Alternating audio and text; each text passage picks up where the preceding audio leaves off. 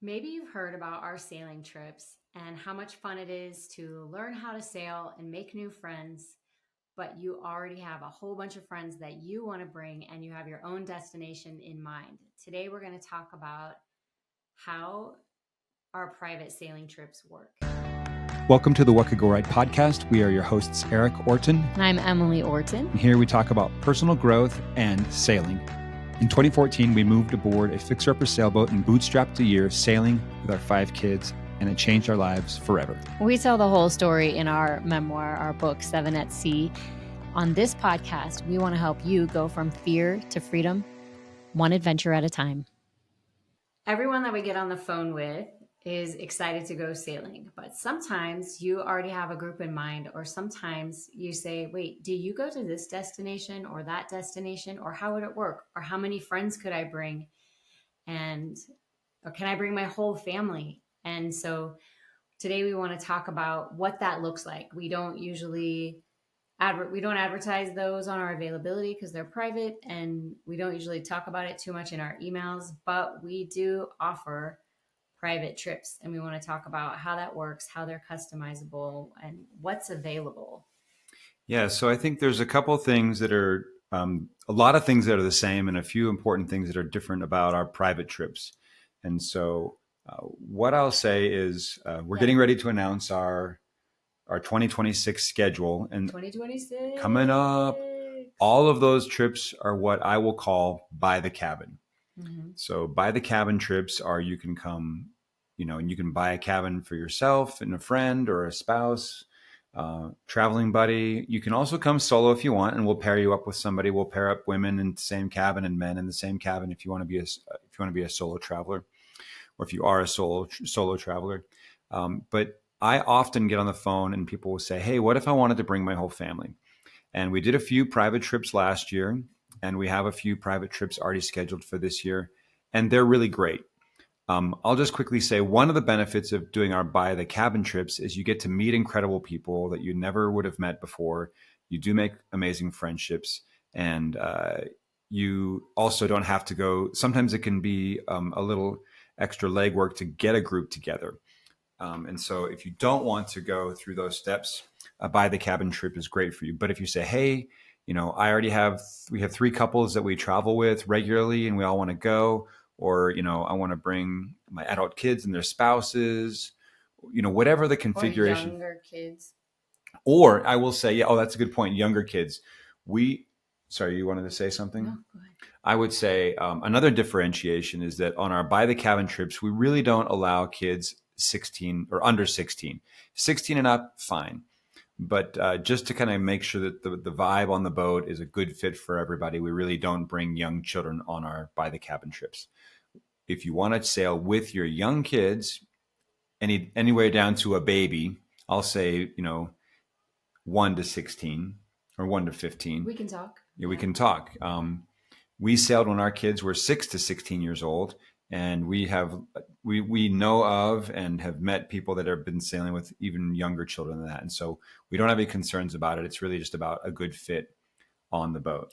So what are the things that would be the same on a private trip as a by the cabin trip?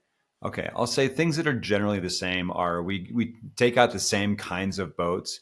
And sometimes I take out 4 cabin boats, sometimes 5, sometimes 6. And so the boats are the same. It's the same beautiful boats that we sail on every other trip.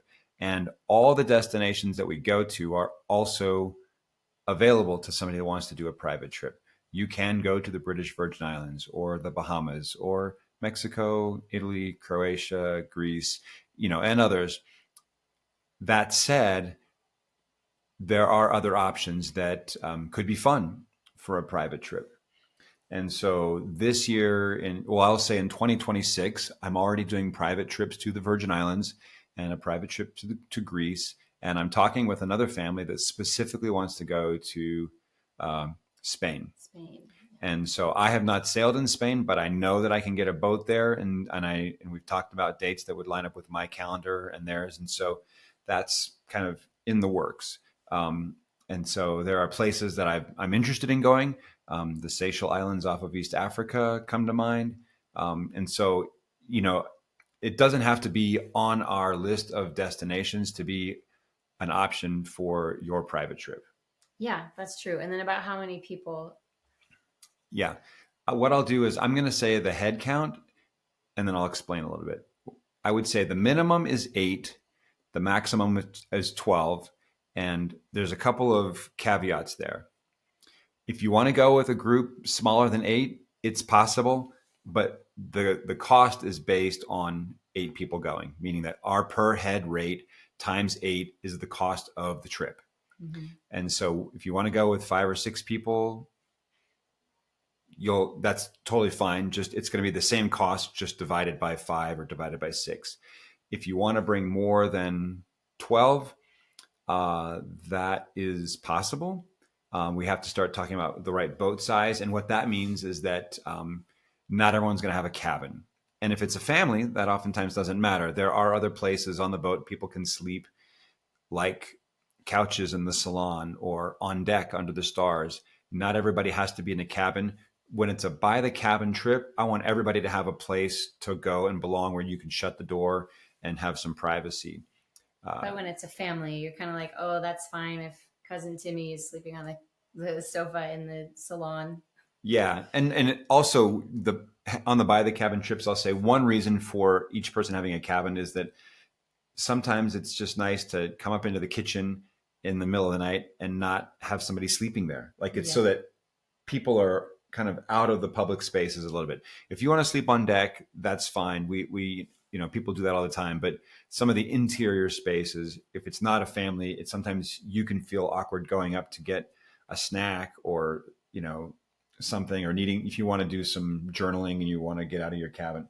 Anyway, it's just nice to have the public spaces kind of not occupied by a sleeping person. Yeah. But when it's a family, I'm a lot. Families are happy to be around each other. Yeah. Families can just pile in. So great question. Yeah. So what might be some of the things that are different? Are we hitting the 3 you listed?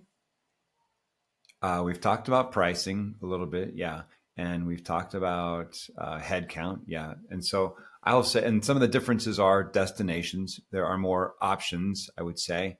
And I'm not opposed to taking a by the cabin trip to a new place. We've done a lot of that the past few years, but those don't have to be the only places. We're actually going to be adding, I think I've already snuck this out in the last podcast. We're going to a new destination this year with a by the cabin trip to Norway. We're going to talk a little bit more about that, but just know that there are more options. And something that I would say is the same is the duration of the trip. In the Western Hemisphere, our trips, I would say, are Monday through Saturday. That's how we roll them out. And the trips that are in the Mediterranean are Saturday to Saturday. So it's a little bit longer. I know we've entertained people saying we're gonna cover all of the spots and we want to take a longer trip, and then there's just a price shift. We haven't actually had someone come all the way through and do a longer trip like they originally requested, but we have been open to the conversation. Yeah, I mean, I've had a couple of people say, "Oh, we'd love to get a boat and have you and Emily and Lily come, and we'll just go for a month." Lovely. I would, first of all, I want to make sure we get along and we click. So unless we're personal friends, I'm going to want to have a couple conversations to get to know each other. And also, to be honest, it gets pricey really fast because the trips, the cost for the boats are a factor. And also, we have to budget our time because obviously we can't be doing anything else while we're on those trips, really. And so we are open. If somebody wanted to go for a week and a half or 2 weeks, we could talk about it. But just bear in mind that it starts to expand the cost of the trip. And especially one thing that I'm really mindful of with private trips is how many households are paying for the trip. Mm-hmm. Because if it's a husband and wife and all their kids, I'm going to say that's one household paying for the trip. These trips can be a chunk coming out of a single budget, no doubt about it. If you have a bunch of solo travelers and everyone's paying, the per head price, it's a much easier spend. And so, or even 3 or 4 couples from 4 households. Yeah. And so oftentimes what we'll do is Whenever cost is a consideration, and I'm going to just assume that cost is always a consideration, I'll say, look, if you want to invite people, like there might be a husband and wife and 3 kids or 4 kids. So that's 6 people, and say, if you want to do a trip, we can still do a private trip with your young children, but you might want to share that cost with other family members or friends. And so you can invite the grandparents or a sibling and their spouse and kids. And then the trip is being paid for out of 2, 3, 4 households. And I think that makes it easier for everybody. And how you divvy that up is going to be up to you. I'm happy to, arrange payment installments in any proportion that you want.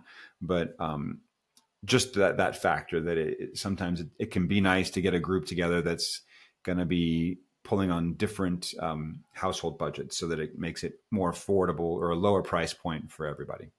Yeah. And we can even do private trips for a team. If you're like, hey, I run this team and I want each of my teammates and their significant other to be able to come for a special occasion that's coming out of your corporate budget, that's also a possibility. Yeah, we actually, right as COVID was ramping up, we were talking with a corporation with the CEO, and talking about doing a private trip, and it didn't come together because of COVID, because they were going to have to cross a lot of international borders to all meet up at the destination. But yeah, that's something we have. We're talking to at least one person who wants to bring her team. Yeah, that's true. They hit their goals. And so I'm excited to do more of that. So yeah, that's another thing. If you are a decision maker in a business and you want to take a team out, it could be an incentive.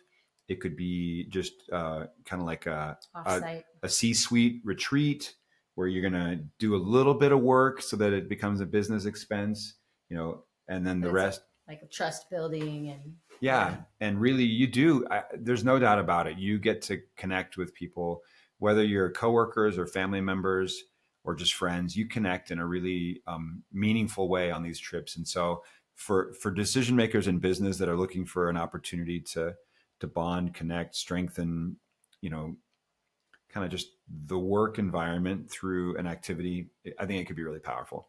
Yeah, we've seen it, how when you can build that trust, the everyday work just gets that much easier, and you have that much more loyalty towards each other and a willingness to go the extra mile and get things done when you have that connection. So that's a beautiful option.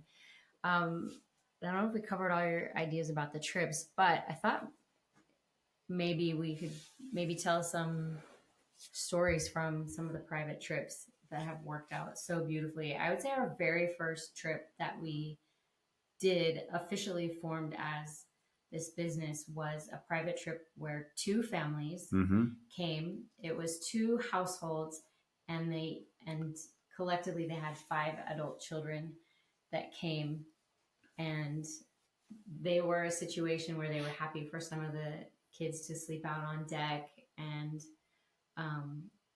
it was a really beautiful experience, I think, for all of us, somewhat transformative, as everybody kind of took this little getaway. And then even though they were coming as a group, they reconnected as friends, but they also reconnected as individual families as well, and really had some special moments to, while they were exploring the world, kind of explore what they're really interested in and what they want for their future as a family and individually. They were all kind of at turning points, like preparing for retirement or getting ready to launch out of the house, or career pivots. Yeah, that was fun. And I think we took out, there was one daughter who slept in the single 4-peak cabin, which she loved. So happy because she loved that. Yeah, she's a little bit of an introvert, and she just loved having a little cocoon to be in by herself. And then the 2 sons, I guess, adult, they were in their like early 20s. They just slept on deck with pillows and blankets. And the 2 daughters had a cabin, the other 2 daughters. So yeah, it worked out really, really beautifully. That was a really fun one. And just this year I took out, it was a husband and wife, and they had a group of small children, and he was just just burnt out on work and really, really wanted a shift and wanted to clear his head. And they wanted to, they've been talking about doing something like this for a long time. And we weren't sure it was going to come together for a variety of reasons. And at the last minute, it did work out, which we were all happy about. And I'm pleased to report that they really wanted to do this trip because it was part of a bigger vision of living on the water. And just heard from them recently that after the trip that we did, they really got some clarity. They got a feel for it. They were able to test drive the dream, and they went out and mom and dad got certified. Yay. And they are working their way towards being able to charter their own boats and presumably buy their own boat and move aboard. But it was a real stepping stone, and it was great to try it on as a family.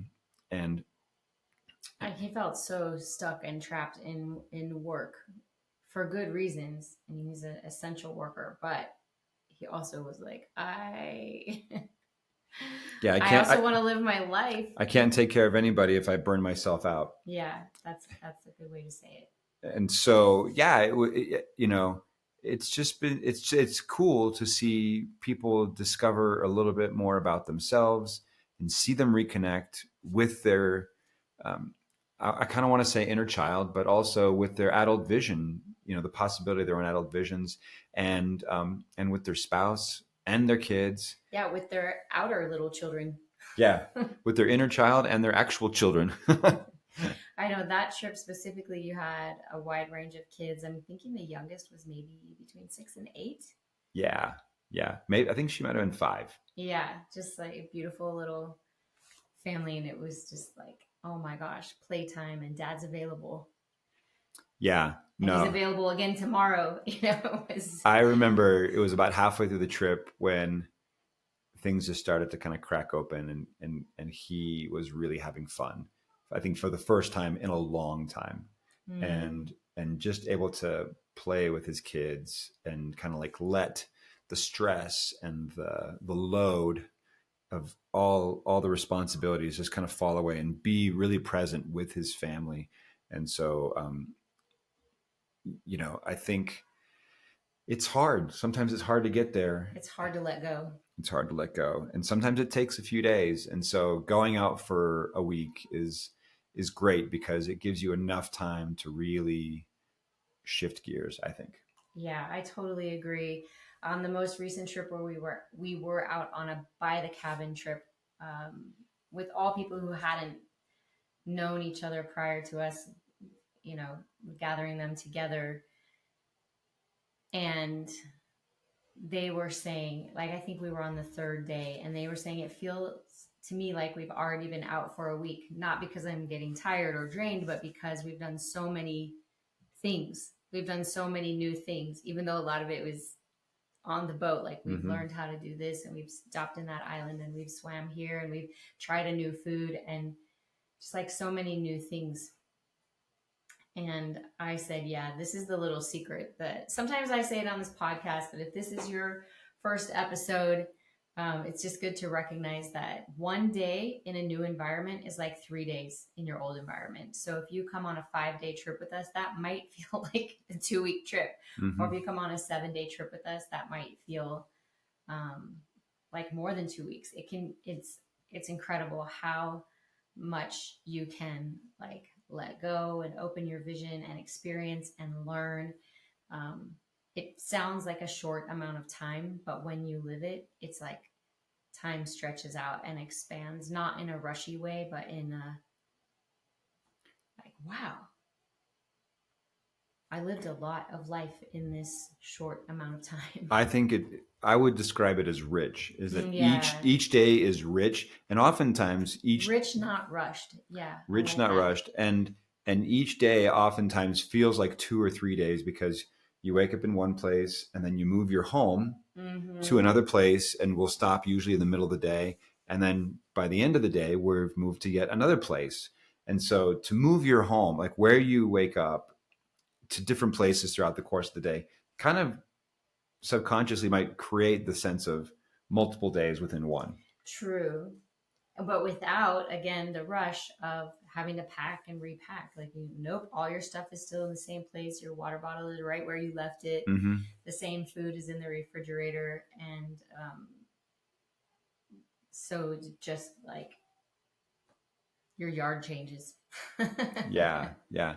The other kind of trip that I'll say that's a private trip is more and more I'm having travel advisors or group organizers reach out to me and say, hey, we've got a certain kind of group and we all like to travel together. And it might be a community of thousands of people that want to come together for us, maybe not all thousands of them. Yeah, not all thousands.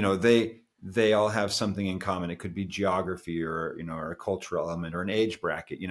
But they all sort of pool up and go on. Some of them go on trips together. Not all of them on every trip. And so there's that. And then also, I'll be honest, we did a really great trip, private trip last year to the Bahamas, and with one of our dear friends. She teaches watercolor painting in the Bahamas, so nice. And we built a trip around watercolor painting. And so it was watercolors on the water. Yeah. And we went out, and everyone there, we did watercolor lessons, painting lessons at sunrise and at sunset. And everybody took a turn to paint, including myself. And it was just, and so I have these really fantastic, I love them. They're not fantastic paintings because I made them, and I'm an all right painter, but it's just a fantastic memory for me, a way to remember a place that I was because I painted it, and you remember it differently. And so whether it's gathering around a theme or an activity like watercoloring or yoga or breath work or your business or some kind of purpose, your family. Those can all be there can be multiple angles and reasons for a private trip. Yeah. And I would say maybe something else that's the same that we haven't really talked about is that it's the same, that everyone will be invited and have opportunities to learn how to sail. Oh yeah. Everyone will be invited and have opportunities to learn what it's really like living on a boat the way we did when we lived on a boat with our family for a year. And you get to see how maybe the oven is on a gimbal and how you manage, like, cooking really becomes a fun event on the boat, I think. And it's a way to bond and connect when you have opportunities to care for each other and serve each other in that way. And sometimes we'll find people going above and beyond, not just, hey, I want to help put out everything so you can make your own lunch, or I want to help with the dinner. But on our last trip, we had one really generous soul who midday we're just sailing along, nobody's really having to work at anything. We're all just enjoying the breeze and the boat moving through the water to our next destination. And he comes out with these little, like, gourmet desserts that he's whipped up from what was available in the kitchen. It was whipped cream, it was ice cream, it was a stick of dark chocolate he had picked up, it was like an orange slice. It was beautiful. And he's just like, like, I had some time, we're moving at a gentle downwind sail, and he just like brought little ice cream treats out to everybody.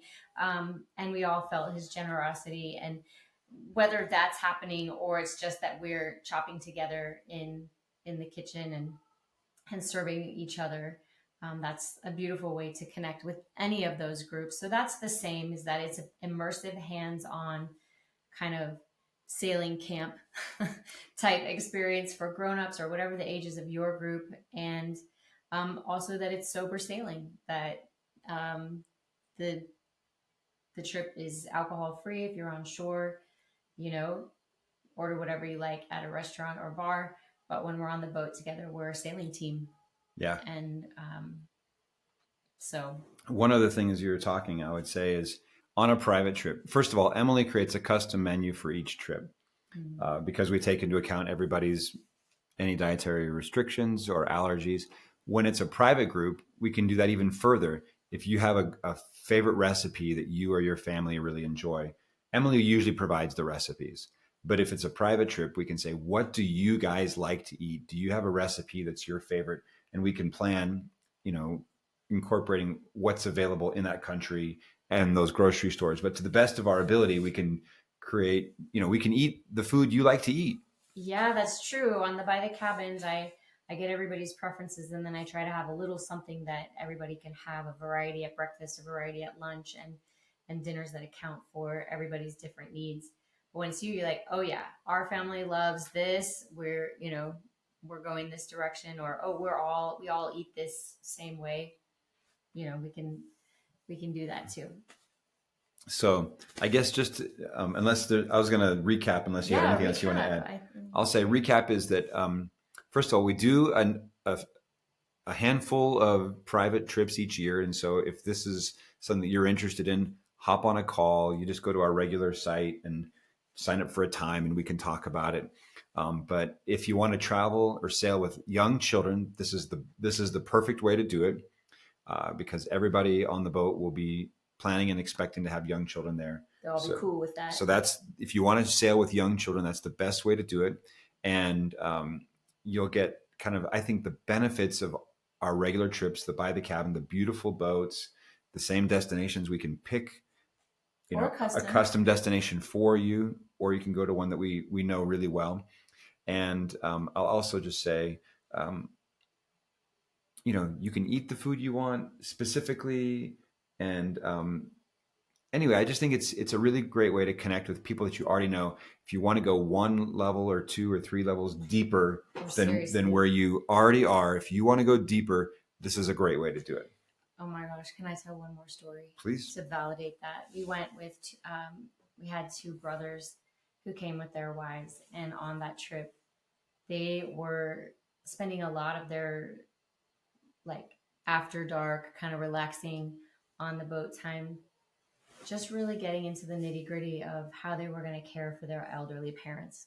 Mm-hmm. And what a beautiful way to connect with each other and take on this transitional time in their life, and to be having this beautiful, uplifting, relaxing experience. And then they were able to deal with this heavy conversation surrounded by this beauty and this uplift. And anyway, it was just an incredible thing for me to witness how they bonded and connected, and how they were able to balance out this heavy thing with this beautiful uplifting, shell collecting during the days and laughing and playing in the water with okay. And I don't think I'm saying too much by putting this out there, that within 10 days of coming back from that trip, both parents were alive when they left. And within 10 days of coming back from the trip, one parent passed away, and they had so much already organized in their minds and as brothers and with their other siblings, that they were able to just move quickly forward. It eased the way into a very, I'll say sad, because, they weren't sad that his father was kind of moving on to the next thing, but they were prepared. They were ready. And so there was a peacefulness to it, I guess. Mm-hmm. Despite the sadness, the bittersweetness of it, there was a peacefulness to it. And so, it can prepare us in completely unexpected ways. Yeah. That's a great example. It's a beautiful experience for whatever you're pushing through. That's it. Hey, thanks for listening. What could go right? Hey guys, before we wrap up, I just want to give you the sailing update. This is Erik Orton, and the update is 2025 is sold out. One caveat: we actually got a bigger boat than we expected for our November BVI trip. So November 10th through the 15th, we have one additional spot for one female solo traveler. November 10th through the 15th, 2025, British Virgin Islands. If you want to join us, we've got one spot for a lady. Otherwise, the rest of the year is sold out. In a couple of weeks, we are going to announce our whole 2026 lineup. And I'm going to save it for then when we give you all the details. But if you do want to go in January, February, those trips are, even though we haven't announced it yet, they're actually mostly full. So hop on a call with us if you want to see about going on those trips. And the one thing that I'm going to leak out is that I am super excited that we are adding a trip to Norway. I've never sailed there. We're going to team up with a local skipper, and he's going to show us around. But we are going to go to Norway next year, And so excited to tell you more about that and the whole lineup for the year. But if you want a sneak peek, jump on a call with us. We can talk you through all the options, and we'll release the rest of the schedule to everybody else later here in a few weeks. That's the sailing update. Hope to sail with you someday. And if you were talking to somebody else that was thinking of coming out, what would you say? Definitely. I would hope, though, that they would have the experience that I feel like we all had. I mean, it's just really incredible how we have such different personalities, but how we just got along so well, you know, just, and it wasn't without stress. It wasn't without, there was, you know, maybe little bits of attitude. And I don't mean to offend. I'm sure I had more than anybody, but just little things that went on of, you know, whatever. Just who's going to tie the rope, and I don't need help. I want to do this one by myself this time, and which I know I did that to Paul, and that type of thing can come out, you know, and yet we all forgave each other. We moved forward, and then the next hour we were playing cards and having talks and games like this. It was just so. My hope and fear at the same time would be that they would have one of those experiences where you had to have the couple leave. But we got to talk, and you said that often it's like this. You just have this, and I think, and I would hope they would go with you or somebody like you, because how you screen through and make sure, and you're looking out for everybody to make sure we have this experience that isn't just a boat ride and jumping off cliffs. It's an experience that just lasts for a long time, forever.